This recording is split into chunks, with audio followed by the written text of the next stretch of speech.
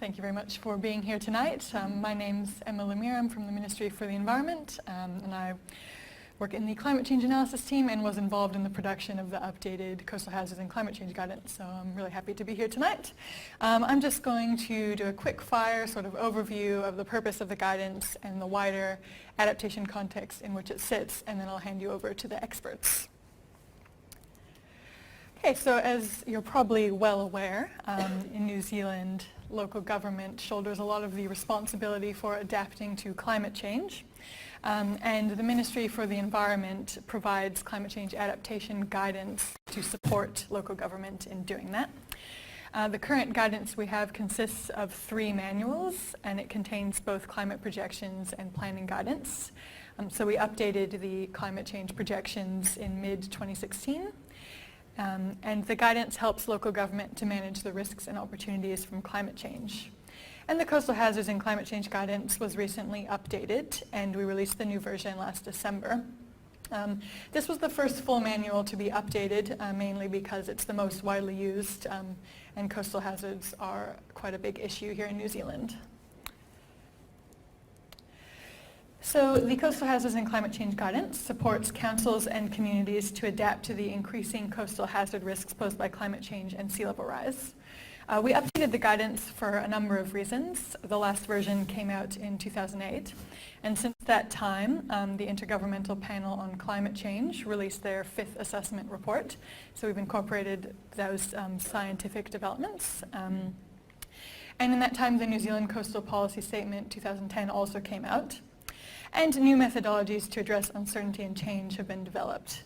We also incorporated feedback on the previous edition that we'd obtained during a review of the existing guidance. The new guidance contains substantial content on risk and vulnerability assessments, community engagement, and adaptive planning. And it represents a change from sort of technical engineering guidance to guidance on the planning process. With the guidance going forward, we intend to review it annually. This is just to provide a restatement of its validity and currency. So towards the end of the last guidance, we received a lot of inquiries as to whether it was still up to date. So we intend to provide a statement on our website each year to that effect, and basically provide any updates in science or policy or any case studies that have come out. But it's not going to involve production or release of a new edition. And we'll be beginning that first review later this year. So where does the guidance sit in the wider adaptation context? Sort of at the highest level, we've got the Paris Agreement, which New Zealand ratified in October of 2016. And the Paris Agreement does contain a global goal on adaptation that sits alongside the more widely known mitigation goal of limiting warming to below 2 degrees Celsius. And that goal is to enhance adaptive capacity, strengthen resilience, and reduce vulnerability. So we must plan for and take action on adaptation, and we have to report on how we're doing that. But the agreement is not prescriptive on how we do that. It really can't be, because each country will have different impacts they're experiencing, and there's no one-size-fits-all kind of approach to that. A lot of what's in the agreement is not completely new, but it does give greater visibility to the importance of understanding the impacts of climate change and being prepared through appropriate planning and action. To help us meet our obligations under the Paris Agreement, the previous Minister for Climate Change Issues established the Climate Change Adaptation Technical Working Group in November 2016 to look at how New Zealand can adapt to the effects of climate change. So the group produced 2 reports. The first of these was a stocktake report, and that one summarized the expected impacts of climate change, took stock of existing work on adaptation, and identified gaps and barriers that were present in the current approach. The second report was released in May, and that's a recommendations report which took those gaps and barriers identified in the stocktake report and provided recommendations for actions New Zealand could take to build resilience to the effects of climate change while growing the economy sustainably and address those gaps and barriers. So the Ministry is currently considering the actions in the recommendations report, and we're working with other government agencies to develop a response to that, and we intend to deliver that to the Minister in September.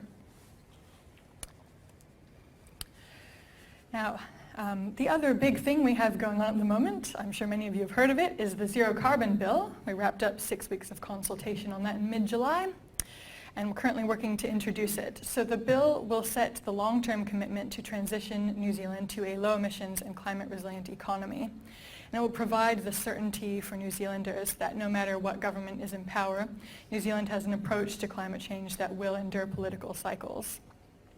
So the bill aims to establish a new 2050 target in legislation and a climate change commission that will provide advice on setting emissions budgets and will monitor the government's progress towards meeting the target. And we also are proposing to include adaptation in the bill. So the most important foundational actions that were recommended by the Climate Change Adaptation Technical Working Group, which included a national climate change risk assessment and a national adaptation plan, are proposed to be included in that bill. It will also include provisions for monitoring and review of implementation of the plan, and also an adaptation reporting power. All right, I'm going to hand over to Rob now. Shall we go to the mic?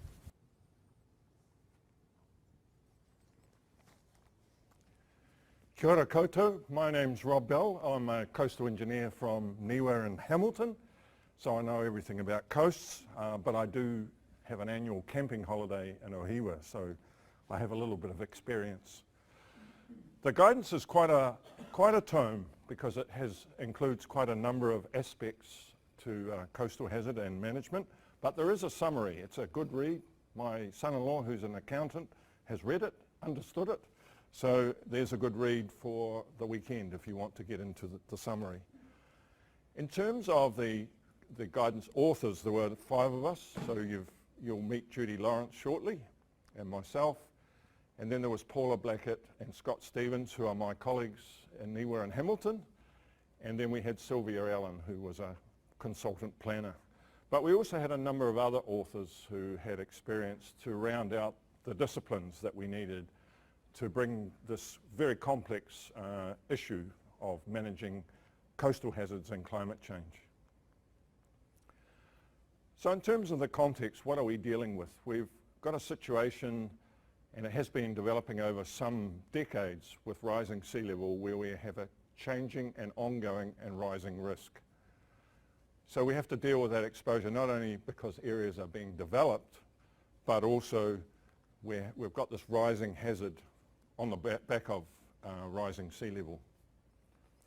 The other thing is we don't quite know how sea level will pan out. So in terms of uncertainties, we have the global emissions, which we're not sure whether the Paris Agreement is going to work its way through the global system or whether we're going to have business as usual in terms of emissions. The other major uncertain factor is how the polar ice sheets will respond. So we've got vast ice stores around the Antarctica and Greenland, and they together hold something like 50 or 60 metres worth of sea level rise. So how that will pan out is another uncertainty. But we can't wait until those uncertainties are sorted out, and they never will be completely. So we have to make decisions today that will affect how we respond in the future. Some areas in New Zealand are already imminently at what we call an adaptation threshold, and you can probably think of a few, you've probably seen them in the media, where they are getting affected by more frequent coastal flooding or the erosion has become worse. The other thing is some other areas in New Zealand are not imminently threatened, but with 0.5 metre of sea level rise or 1 metre of sea level rise, they may become much more affected and see coastal hazards at work. So in that case, we have to be careful about the decisions and the planning decisions we make today and make sure they don't create inflexibilities just down the track in the next several decades. Because if we lock in a particular approach or management approach in the coast, then it's going to create some issues further down the track for adapting to climate change. So the guidance has a number of new aspects, but front and centre is community engagement, It has a number of tools and processes that take that uncertainty head on and say, let's deal with it rather than pretend it's not there. And one way we've done that in the past is to second guess the future and provide what we think might be a best estimate for sea level rise. The other thing is we've got a number of case studies in there, but as this is quite a new approach and we haven't really dealt with whole communities in terms of looking at the options that should be available to them in terms of, I guess, adapting to the situation they find themselves in. So we need more case studies on how this is working out in practice. So the guidance is based on a 10-step decision cycle. It goes round in a circle, but you can dip in at any time once you've been round the circle if there's changed information. So community engagement is at the heart of this, and it's based around 5 key questions. One is what is happening and what will happen. So that's getting our assessments, looking at the context, what's the scale of the problem that we're dealing with, and how extensive is it. The second one is around what matters most. So we've undergirded the guidance with a values-based approach. So that's saying to the community, what are the things that you value about living in a particular coastal community? Why do you live here? What are the things that attract you? And so boiling some of those values down so that we can encapsulate them and bring them forward into the coastal planning that we do. Councils also have roles and responsibilities and values that they have to adhere to. So that's a place where you can bring those together and say, what is the objectives for us moving forward about how we can adapt?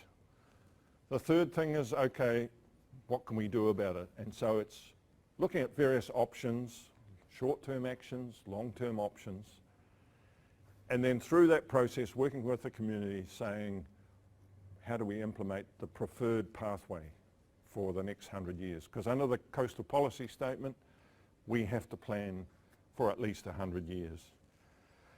And then finally, because it's an adaptive approach, we have to monitor more carefully and then review how we're going. So how's the option working out? Is it effective? Is it working? If it's not, what we need to go to the next option. So where does the guidance fit? It's primarily developed as an information source and a good planning guide for planners in local government, infrastructure operators, and central government. So it's to help planners comply with the Resource Management Act and to give effect to the New Zealand Coastal Policy Statement. It also provides a science update and an emerging advised planning approach for planners, but it's not a statutory or it's not in the legislative framework in terms of its status. However, in the Policy 24 of the guidance, it does say you do your assessments, you look at all the coastal hazards that are affecting an area, look at how climate change is affecting those, and then use the best national guidance and the best available information on climate change. So it is an advisory backstop that councils can use, and it has been upheld by the Environment Court in the past. So what is the problem? Essentially, I've encapsulated it in a photo. This is what I do when I'm camping. This is Ohiwa Estuary on a sunny day, but it's on a king tide. There's no storm in sight here. So a number of our estuaries around New Zealand are brim full on a king tide on a sunny day. So as you can see, there is no margin for a storm if it were to occur during this particular combination. But when the storms do happen, then we get coastal flooding. And the reason for that coastal flooding is that we've had a rising sea level since 1900 or just slightly before that, late 1800s.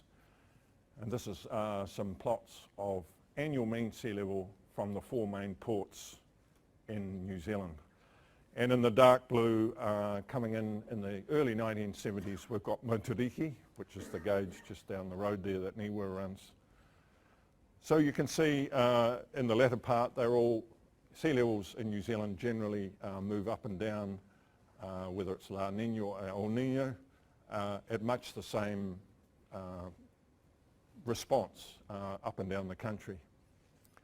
The other thing you'll notice, the dashed lines, the darker line is the business as usual emissions sea level rise scenario, and the light green one is the one if we follow the Paris Agreement and everyone buys into it. So you can see early on up to 2020, which is just round the corner, there's not much difference between the high emission and the low emission sea level rise scenario. And it's going to take about 4 to 5, maybe 6 decades before we'll truly be able to discern whether we're on the high emission scenario or the lower one. So that means there's some uncertainty there already. We need to have a full adaptive plan so that we can cope with surprises at both ends, whether we meet Paris or we can't and we just carry on business as usual and the ice sheets come into play. The other thing you'll notice is there's some variability down. I've zeroed it at 1986 to 2005. That's the yellow bar. That's because the IPCC, or the Intergovernmental Panel on Climate Change, zeroes everything at that period. So before that, a lot of variability at the lower end. So the blue, the lower one, is Wellington. And Wellington is subsiding. So part of the sea level rise story locally is what we call relative sea level rise. So if we have a solid land mass and the ocean is rising, that's absolute sea level rise. But if the land is subsiding, there's a accelerated sea level rise that you have to adapt to, and you have to adapt because all the development's on the land. So relative sea level rise is what's important when we adapt. So we have to build that in, and so the guidance helps planners work through that. Therefore, on the back of that sea level rise, that's why we are seeing more frequent coastal flooding and erosion around New Zealand. So on the 5th of January, we had a major event, as some of you will have seen in the media, around the Thames Coromandel Highway that got trashed during the 5th of January event. We've seen an erosion in a number of areas around New Zealand. I highlight the west coast, which is at Hector and Granity. And you can see the shoreline is pretty much at the level of the house. And so they're talking actively in their small communities about managed retreat. How do we move our houses back? Because controlling this erosion is not working, whether it's iron, railway irons, rock or whatever. And then on the 1st of February, ex-tropical cyclone Fahey hit the Nelson region and Buller down the west coast, causing major coastal flooding and damage. So in terms of sea level rise, 20 centimetres, how do you communicate that to people? You know, it doesn't mean much. What does sea level rise mean? So just take a look at this, because I think this is the way we can communicate the change.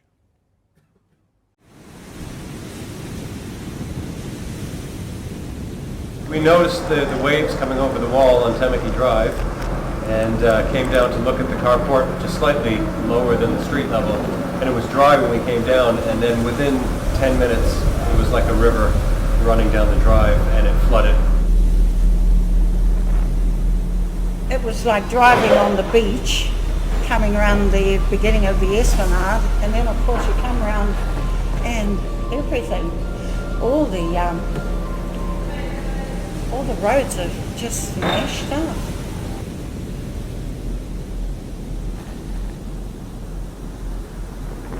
And the water just came through the room here, and the children screamed and ran. Water came through, and I can just remember everybody running out and the girls screaming. They're going to have to shut the motorway.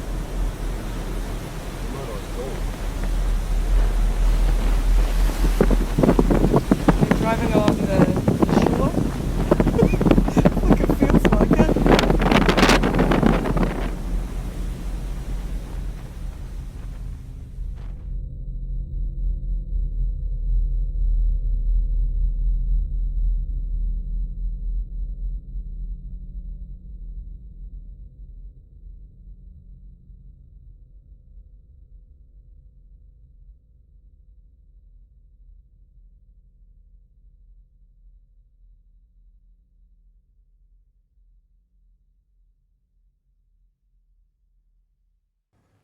So on your way out, we've produced some brochures on the king tides, because it's those high king tides that I showed you before, when if you have low pressure systems or waves, then you're likely to get coastal flooding if you're in a low-lying area. So there's just a calendar there if you want to help yourself on the way out. The other issue, and there are three of them, but coastal erosion is the second one. And so really what we're seeing here is an increased amount of coastal erosion because of the compound hazards that will occur. And so we've got this higher base sea level rise, and then on top of that we've got waves.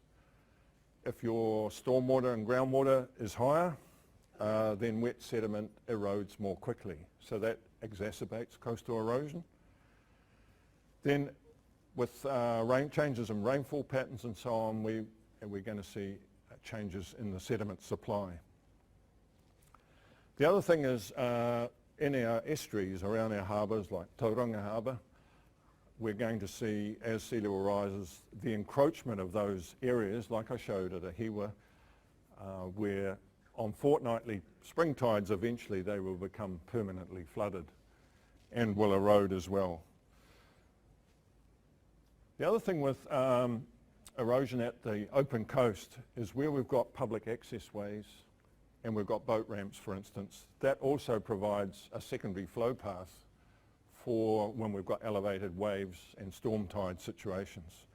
So here's a shot I took 2 years ago during one of the ex-tropical cyclones where it broke through the public access way and flooded the area behind.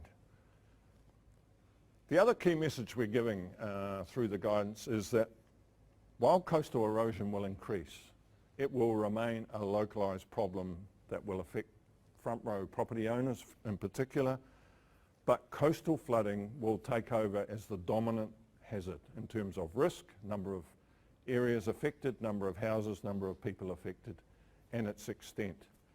So once we get into 20, 30, 40 centimetres of sea level rise, the situations we saw in the video will become much worse. So that's coming down the pipeline in terms of hazards. Coastal flooding will become the dominant one. In the guidance, we've provided 4 sea level rise scenarios. So rather than provide a single number to second guess what's going to happen in the future, what's going to happen with emissions, what's going to happen with the polar ice sheets. So rather than do that, we're going to be wrong if we give a number. So we've given a range. The bottom one is sort of like your Paris Agreement kind of situation in terms of New Zealand sea level, and the top one is a business as usual emissions globally with a polar ice sheet effect added in. You can see in the near term around 2040 it's going to be around 20, 30 centimetres, a fairly narrow range. But as we move out later this century and beyond, we're getting into more what we call deep uncertainty. For instance, if an area is not going to likely be affected, and I'll just pick the top one, by 0.8 of a metre of sea level rise.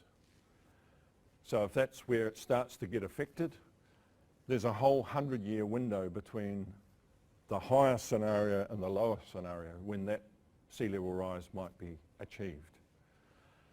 So there's no point in saying, well, we have to build everything and develop everything that'll absorb, say, 1 metre of sea level rise, because that's kind of sinking a lot of investment in now when actually it might be a whole 100-year or more for that to occur. So we need to do an adaptive approach that says not investing too early or too late, but keeping an eye on the situation and monitoring it, and then having a plan in the back pocket, which Judy will talk about, to move to. So when we're doing our hazard assessments, what we're saying in the guidance, we can do what we call a screening exercise across the whole region. And I've done one nationally with a Parliamentary Commissioner for the Environment, just nationally. What is exposed? What's the size of the problem?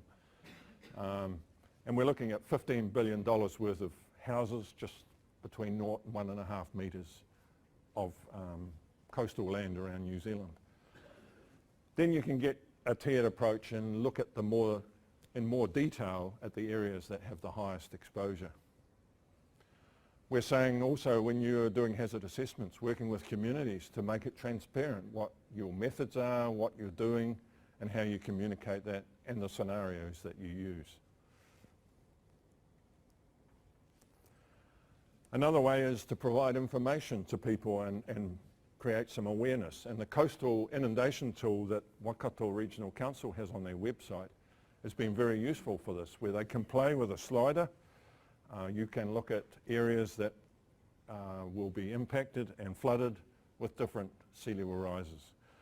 So it's created an increased awareness of the issue of this coastal flooding that I talked about will become much greater in extent. And it's also providing some information, and we've got some documented evidence that people are using it to buy houses. So we've been talking about scenarios and emissions, and Emma talked about those as well, but do they really matter for sea level rise? The thing is with sea level rise, it's, in terms of climate change indicators, it's going to be the last responder. And the reason is we've got to heat up the atmosphere, then we've got to heat up all the oceans, and then we've got to start wakening up those vast ice stores and start melting those. So the emissions that have already been, the world has committed to and has discharged into the atmosphere will take centuries, decades and centuries for it to work through to become sea level rise. So the sea level rise we're seeing today is really from emissions that have occurred several decades ago. But it does matter in the long run. I've given an example here where by 2300, if we work with the Paris Agreement and we dive down the lower curve and get our net emissions globally to zero by 2060 or beyond, then we're only looking at 1+ meters of sea level rise. But if we carry on those upward tracks and we go through to 2300, we'll be dealing with 5 to 10 meters of sea level rise. So in the long run, emissions do really count, but in the short term, we have some adapting to do at our coast to deal with the past emissions.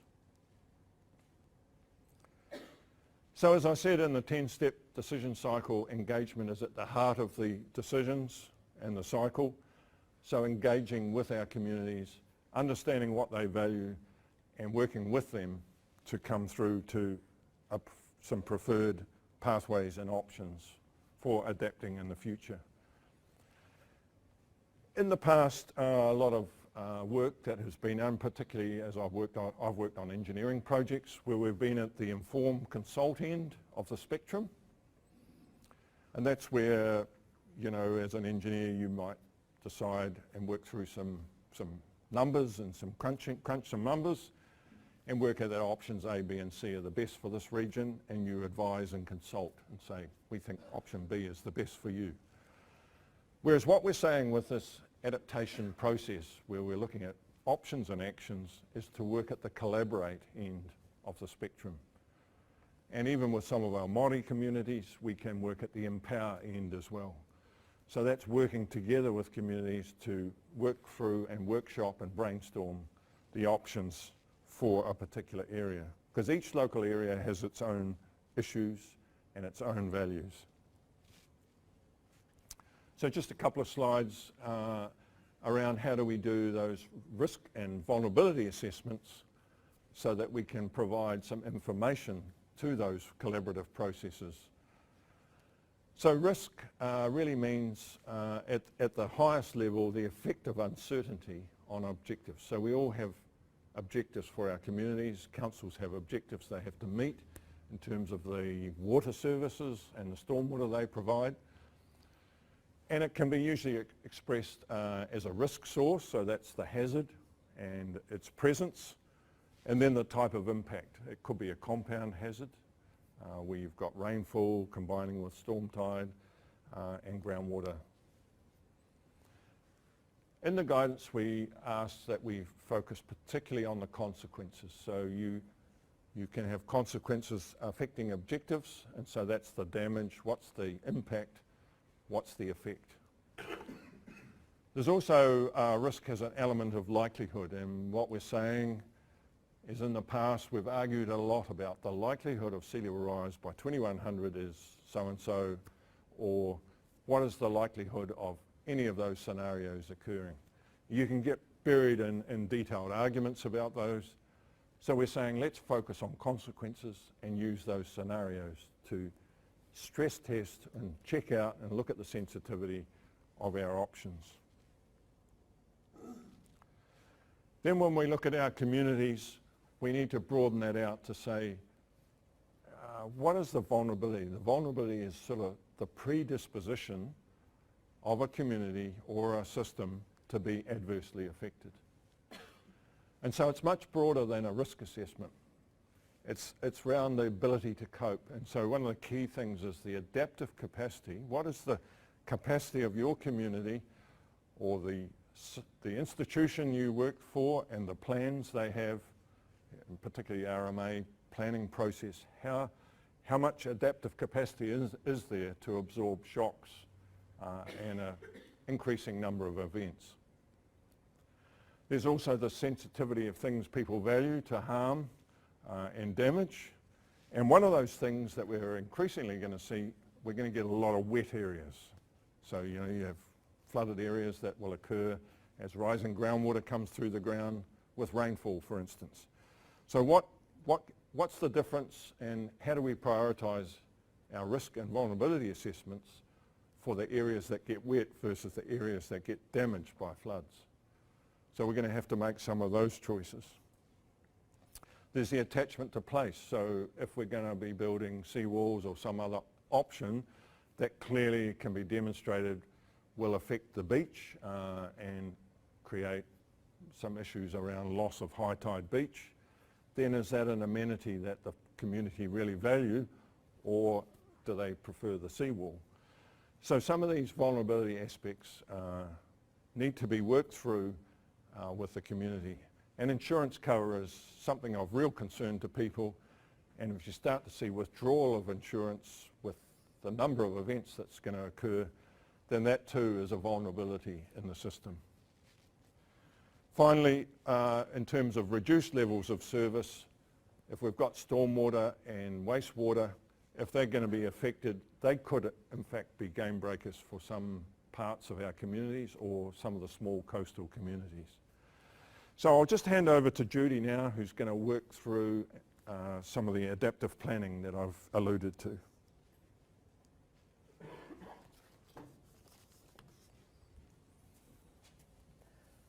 Thank you, Rob. Kia ora tātou. I'm Judy Lawrence with Victoria University Climate Change Research Institute. And the work I've been doing over the last little while is trying to make a connection between, if you like, what's going on the ground and how we deal with it, and linking up with the local government and central government agencies. I'm originally a geomorphologist, and I've worked for many years in the public policy sphere. So I'm sort of placed in that position where we can, I can bring to bear some of my background into this. We were a multidisciplinary team, and I think that was significant. We had planners, engineers, geomorphologists, people with statistics and so on involved. So Rob has outlined the sort of changes that you might expect from climate change. And the way we've been dealing with this to date is that we have been responding to things as they happened. Okay? So we're in a real reactive mode. And what this guidance sets out is moving into a more proactive mode and taking anticipatory approaches to do that. So some of the strategies that we've been using don't fit the nature of the climate change problem, because we've got what is called deep uncertainty. And we've been working internationally with groups who are looking at how to deal with uncertainty in decision making. And of course some of this comes from financial management, and some of it comes from operations research, and it's been brought together into this problem of climate change, and it's extremely relevant work, because we can't rely upon best estimates and likelihoods and being able to predict things in the future. And if we make decisions now that are going to lock us into impacts in the future which we can't manage because we don't have the adaptive capacity to deal with them, or they're way too expensive. So what this guidance does is talks about a paradigm shift, effectively. There are limits to this approach that we've been taking about continually reacting, cleaning up and staying put, or putting people back in harm's way. And protection also has limits on it. Cost, loss of amenity through using hard structures on coasts, simple things, hard things like availability of materials to continually re-nourish beaches. And what we call a rise in residual risk.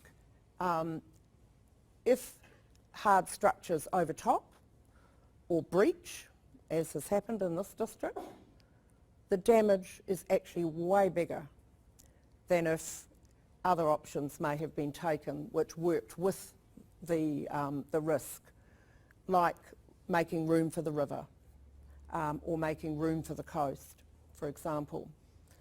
So what the guidance is really talking about in the chapters dealing with uncertainty and using adaptive approaches is about how can we anticipate that risk and work with it. So adaptive planning is really this notion of not investing too little, nor too much, or too early or too late. So it's understanding how actions taken today may create what we call a lock-in potential or path dependency. So if we continue to undertake hard structures, for example, this raises an expectation of safety, which does not take into account that residual risk I talked about, and it also raises expectations of ongoing protection, which create huge demands on resources long term. So what we're looking for are what are the actions that can keep our options open for longest without committing ourselves to very expensive upfront costs, if you like. And we do this by asking this question on the left, under what conditions do our plans fail? In other words, what are the conditions under which the way we're proceeding at the moment will not reach our objectives, which is to reduce risk and also to protect in a different sense of that word protect. In other words, not putting people back in harm's way. And so we talk about adaptation thresholds, which are the things that we don't want to happen in the future. And those can be also expressed in terms of the use by date of the action that we take. And to do that, we identify signals and triggers which give us prior warning, either physical or social coping capacity warning ahead of the threshold occurring. And that implies that we need to monitor and develop contingency plans to flexibly stay on track. Now, some think that this is a bit of a new idea, but it's actually very familiar, and I'll just give you a short example. Read the subtitles, unless you know Dutch. De coach zegt in de drinkpauze, naast Huntelaar. Ja, nee, we hebben dit ook al... kijk, dat is het mooie van deze coach. Die heeft alles voorbereid. Hij heeft al precies in zijn gedachten wat er kan gebeuren in de wedstrijd. En het mooie is dat dit scenario ook al besproken was. Dus hij hoeft maar één ding te zeggen en dat was in de pauze. We gaan het zo doen en iedereen weet precies wat hij moet doen. Ja, en dat is toch wel heel fijn dat we kunnen schakelen in zoveel systemen. We gaan van 5-3-2 naar 4-3-3 naar alles of niets plan B. En we scoren en we schakelen gewoon weer net zo makkelijk terug. En ja, dat is wel een hele grote kwaliteit van dit team. Maar hij kan alles voorspellen, hij heeft jullie op alles voorbereid. Wat heeft hij gezegd? 88ste minuut, Maracana, 2-1 voor in de finale. Wat moeten jullie dan doen? Ja, gewoon die stand vasthouden. Ja. Ja, maar het is gewoon, kijk, voorspellen is misschien niet het juiste voorbereiden woord, maar op. Voorbereiden, gewoon Weet je, de spelers meegeven wat ze kunnen verwachten. En natuurlijk hoeft het niet altijd zo te zijn dat je achterkomt of dat je voorkomt. Maar het is wel belangrijk als speler dat je precies weet wat je moet doen. En als je na 70 minuten het niet op de manier kan doen zoals je graag zou willen, en je weet van tevoren al wat de volgende stap is, ja, dat geeft spelers toch wel vertrouwen. En ook het vertrouwen dat we het kunnen doen. So, it's all about preparation. They explored a range of possibilities using different scenarios of what might happen and what they could do about it. And those were the options and pathways. They had a range of options, they'd tested them, they'd developed a plan, they'd practiced it through games, and it gave them confidence to implement it. And they would be continually, with their coach, reviewing and monitoring and reviewing the process. So it's not very much different from what anybody playing a game would do. It's a strategic process, trying out different options and actions. And so when do we do it? We use this sort of approach when there's a high level of uncertainty, because you don't know what's going to happen in a game, whatever the game, or in life for that matter. And we use it where there's high degree of uncertainty and disagreements. Different people have different preferences and so forth. And we use it for these three types of situations in the guidance. For existing development, where there might be intensification planned, and that enables us to test the various proposals and options and to develop what we call transition pathways into the future that may not happen, but we've pre-tested them to give us an idea of, and if you like, stress tested them against a range of scenarios.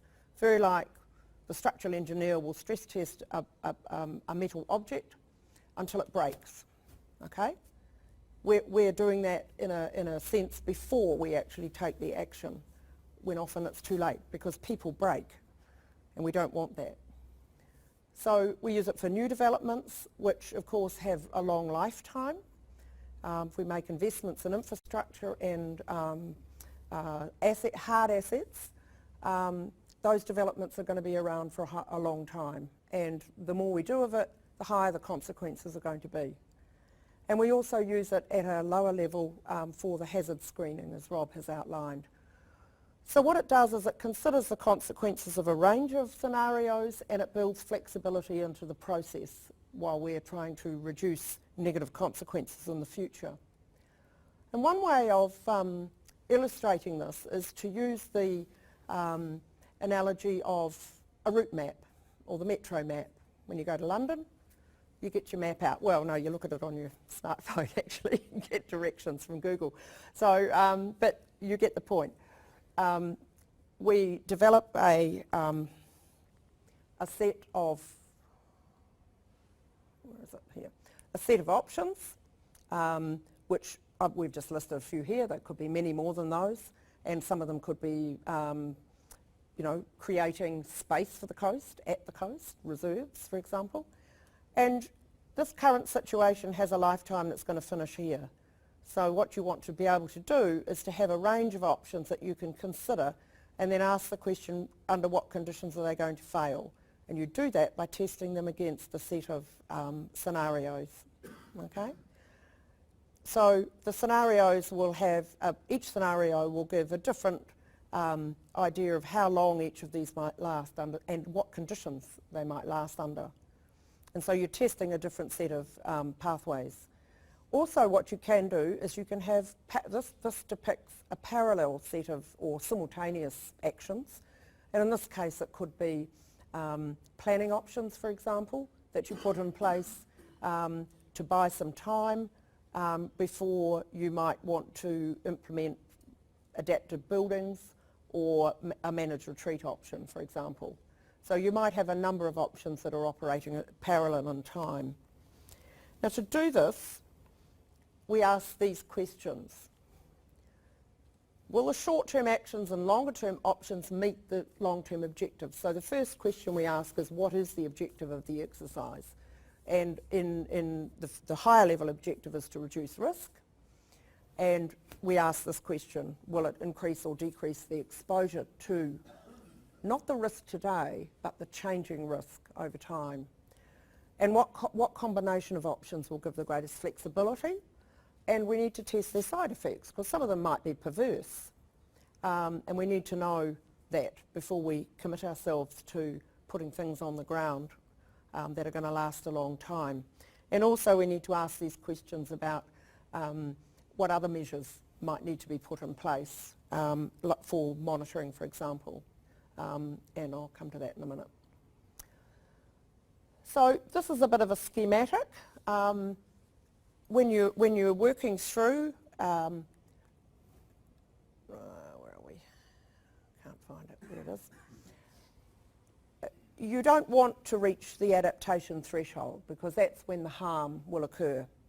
And so you want to have lead time before that. Okay? This is the point at which you make a decision to do something, but you need a lead time. And this notion of a trigger, which is a decision point, is being adopted here. And before that, you might want to have some warnings in place, a number of warnings, and those might be physical, cultural, social, environmental, or economic indicators. Now, in some places in the country, we already have some of those warnings, like withdrawal of insurance in certain places. And in the news this week, Eastbourne and Wellington is one of them, okay? Petone is another in Wellington. So those of you who know that area and also know places that are worse than that, I think that is telling you something about a warning, that something's going on here, and we might need to think, engage with our communities, and decide at what point, under what conditions would be unacceptable for communities, and when we need to make a decision. And that is about often the tolerance of a community or a council, and that tolerance could be financial, or it could be a number of other things. Now, you might be asking, has this been applied in New Zealand? And yes, it has. This case I was involved in about four years ago, where the Hutt Valley, shown there on the left, had a choke point in it. Those of you who know Wellington, it was Melling Bridge.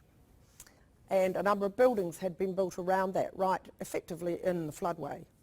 And so there was the risk was changing in the flows in the river, and this approach was used, and a number of options were worked through, and that, for want of a better name, they were option 1, 2, C and 4. Option 1 was not put out for public discussion because it involved a heck of a lot of concrete and a big cost. And the council had indicated, well, it just wasn't going to fly. So they put the other two out. And it was quite interesting because the most cost-effective one was option 4 and then moving to 2C. But the community wanted 2C. And the reason they wanted it was because the council had indicated that they had funding to buy out the properties in Farrison Street on the western side of the Hutt River to make more room for the stop banks. And they're doing that through the Public Works Act provisions and through voluntary purchase of properties at market price, when negotiated market price. So that's how that was happening. And so again here we used a scorecard to look at the relative costs, whether or not it was effective, the social impacts, the transport impacts and the environmental impacts. And this was done through a roundtable conversation with technical people and then put out for public conversation. A second application which was done last year was in Hawke's Bay, which has a long history of coastal impacts. And the pathways were developed as sequences, slightly differently from the Hutt one, and recommended pathways were determined by panels using multi-criteria analysis and using a technique called real options analysis, which assesses the value of delay, which is a slightly highfalutin way of saying that it takes time into account and can check time and sensitivity of the costs to different discount rates and different, a number of other factors. So in this case, this was Haumoana, They went for a sort of medium style of structural option around nourishment and groins, for a sort of nominal short to medium term, out to a managed retreat option which they recognised was likely to be necessary in 50 years or sooner. And if they went sooner, there were a number of other options pathways that they'd already worked through the process. And I'll show you a video shortly how that was done. So the power of the DAP, it considers the lifetime of the actions. It enables short-term investments to be made without closing off future options. And it can explore different pathways, and by doing that, it makes it a much more robust process and builds flexibility in. And it enables the the nominal use by date of options for deciding a path change, and that is done by using adaptation threshold descriptions, which are monitored through triggers. And what this does is provides a level of certainty or confidence for decision makers in moving forward, and also for communities to be able to engage in the process. So in summary, the new guidance has these features we've discussed. It deals with uncertainty, which is a significant issue for sea level rise from about the middle of the century out, and it uses scenarios in quite a different way from what has been used previously, with scenarios where you might pick one and say that's what will happen, which is sort of antithetical because a scenario is a scenario. It will be wrong by definition, but if you stress test across a range of them, it gives you an idea of the sensitivity of your option as you're going through the decision process. It has elements of new hazard and risk assessments, which Rob has outlined, and it is values-based, so it is very much tied into the community and the community values today, but also the opportunity to look at enable future values to be taken into account over time as we go round the wheel in the assessment process. It's advocating the adaptive pathways planning approach, and using both statutory and non-statutory processes for dealing with these. The Hawke's Bay example was done outside the statutory process, and they're now at the stage of looking at how to implement aspects of it through the statutory processes, and also integrate triggers and signals into the monitoring and review. There are more case studies starting. We've got one in Macro, we've got one in, help me Rob, Hawke's Bay. We've got a number of other places where some of these, this idea is being implemented, and it's being picked up by councils around the country. So I think that is the end. And we've got some acknowledgements of people we've been working with both internationally and also groups of consultants in New Zealand we've been working with, and the work, and aspects of the work are being funded through the Ministry of Business Innovation and Employment Agency, who funds research in New Zealand, NIWA and Victoria University.